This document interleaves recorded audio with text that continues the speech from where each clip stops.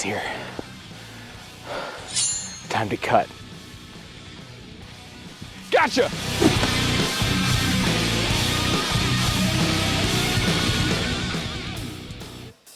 I knew I would get you. I'm not gonna leave any solo scenes around. What the? You're not a solo scene. A double dip! There's another one around here somewhere.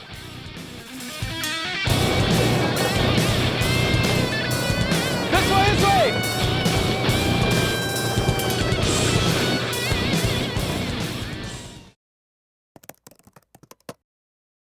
Kill your darlings is maybe the most provocative bit of writing advice out there. It's attention grabbing and it's memorable, and it follows the same rules of show don't tell. It's easy to recite and quick to learn about. But most people don't know what it really means. First off, kill your darlings is not writing advice. It's revision advice. And taking it as writing advice actually does you a disservice. So what's the difference between those things? Well, let's go back to the proto-draft, this video here. The proto-draft is meant for you to dump your story out. Everything that you want to write, every bit of detail and character and setting that you want to dump into your story should go into that proto-draft. That entire draft is all about writing without restriction. If you haven't seen it, this is maybe the most important video I've made. Check it out. The subsequent drafts that come after it, the first and the second and the third drafts, are where you refine the story into something that you want to share with others. That revision process is what turns your brain dump of a story into something closer to that final work. Kill your darlings is revision advice because it should be applied here in the revision process and not in writing your draft. Write everything in your proto-draft. Revise it afterwards. So let's say that now you have your proto-draft and you're beginning that revision stage that turns that rough and raw draft into something more refined. Sir Arthur That's a tough one. Sir Arthur Quiller Couch. Does that sound right?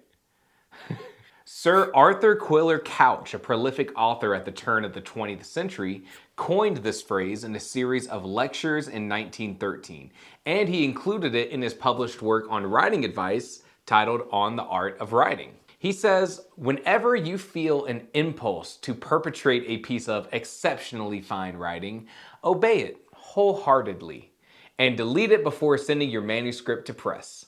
Murder your darlings. His entire book is available online for free here, but I wouldn't recommend it. This dated style of writing, early 20th century academic writing, is brain numbing. But hey, there's the origin for you. So what does it mean? Kill your darlings is about identifying passages, characters, scenes, or even entire chapters that you may love as the creator and writer, but don't contribute to your overall story. Maybe that scene with your characters talking under the moonlight is beautifully written, but it slows down your story. Maybe that quirky side character that you came up with doesn't truly serve the story as well as you think. They were fun to write, to be sure, and they had great lines of dialogue, but it wasn't necessary to your story. Think of it like this. The Lord of the Rings movies at theater release were edited to be this long. The extended editions, full of material that was deemed not important enough to the theatrical release, were this long. In that original edit of the movies, they had filmed so much more content. But for the original release, they knew that the story had to be more streamlined. And this was to allow for a tighter runtime and quicker pacing. Your stories have the same sort of requirements. These movies were edited down because there is a certain movie runtime that the audience expects. And if they aren't yet invested in the source material, a longer runtime may be a deciding factor in what makes them go see the movie or not. And that also exists in writing. Each genre has an expected sort of word count. Most fiction will sit between 70,000 and 120,000 words.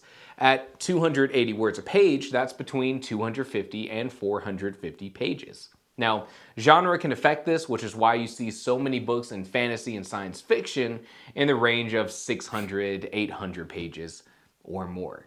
Now, you might be saying that you don't write that much. It's easy for you to land your story in that word count. But it's not solely about word count, it's also about content. Stephen King says that your second draft should equal your first draft minus 10%.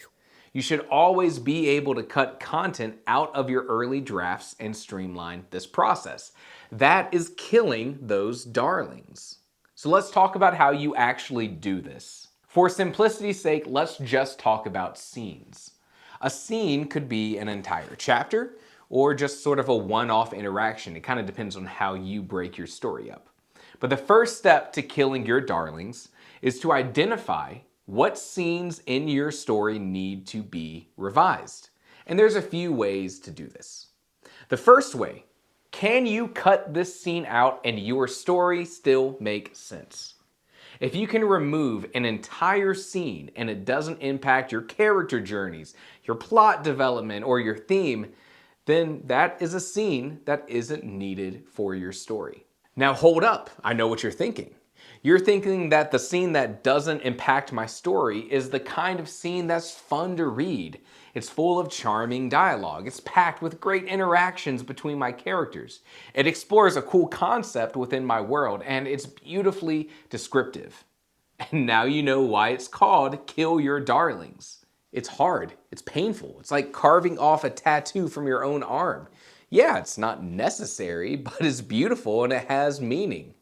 But if your story is packed with these kind of scenes, then your story is just messy. And editing is all about cleaning up that mess. If you work with an editor or a publishing house and there's a choice between having a story that is a tightly edited 300 pages or a verbose 600 pages, they're gonna go with the shorter, tighter story every time. Let's talk about the second way that you can identify scenes that need revision. And here's where I can really help you come to terms with Kill Your Darlings. I believe that most of the time, you don't have to kill them. You can repackage them. You can wrap them up. You can shift your darlings around and duct tape them together. The second way that you can identify scenes for revision is if you have a scene that only accomplishes one major goal within your story. I call these solo scenes. A solo scene is one that contributes to character growth or plot development. It's a scene that reinforces the theme or explores the setting. It's a scene that progresses the plot or establishes the villain. Do you see the common theme? If you can take a solo scene and make it do more, then you should. You can take your different solo scenes and smash them together.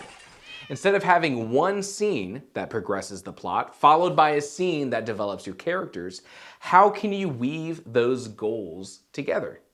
You're creative. I bet you can figure it out. A common pitfall of new writers is found in their action scenes.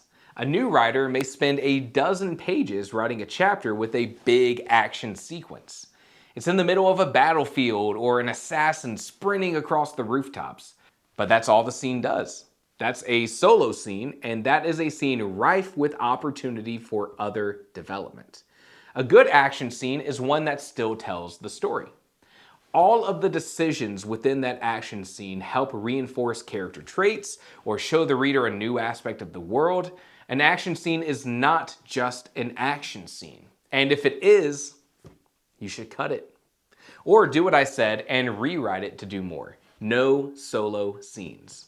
In the same vein, there's another common pitfall that can lead to less impactful scenes. And these moments should be kill your darling or duct tape your darlings together kind of moments. Let's use an example. You're writing a mystery novel with a gritty detective. They get a case about someone who was murdered the same way that the detective's father was murdered decades ago.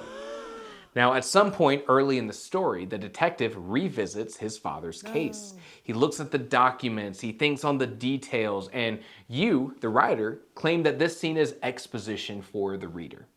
We are giving the reader details about how the detective's father was murdered. Maybe we're also showing that he's not emotionally able to revisit this case. Oh, man. That's an important scene.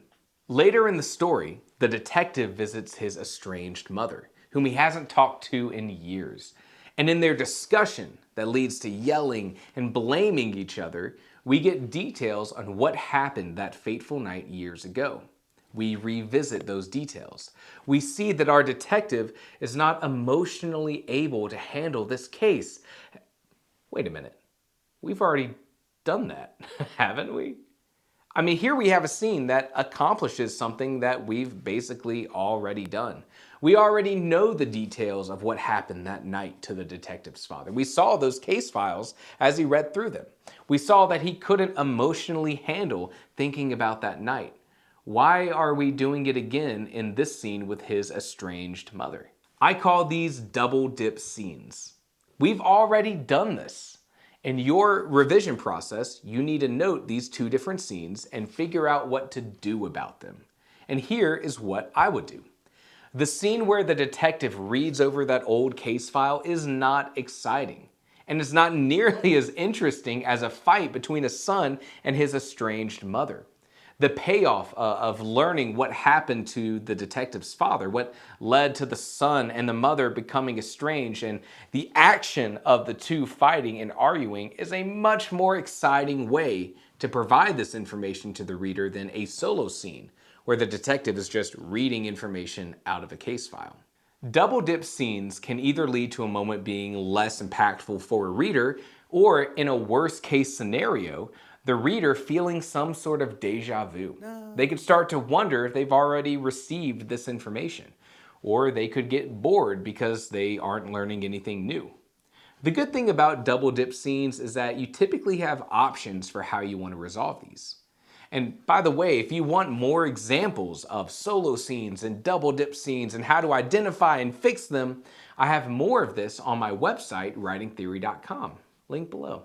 Kill your darlings is a catchy piece of advice, but like show don't tell, it's more memorable than it is useful. It's catchy. It's good marketing. But it's not a piece of advice that you should have to follow religiously. There are always exceptions to the rule. Show don't tell faces exceptions when we're in that first person perspective. Check out this video. Kill your darlings faces exceptions when we edit effectively. You don't have to kill darlings. We have other options. If you enjoyed this video, this breakdown of writing and stories, then like and subscribe. Writing Theory is a channel dedicated to helping you become a better writer. We break down stories, we tackle writing advice, and we do deep dives into writing concepts. I have some really big upcoming news and videos that I hope you really like, so stick around for that. And as always, thank you for watching.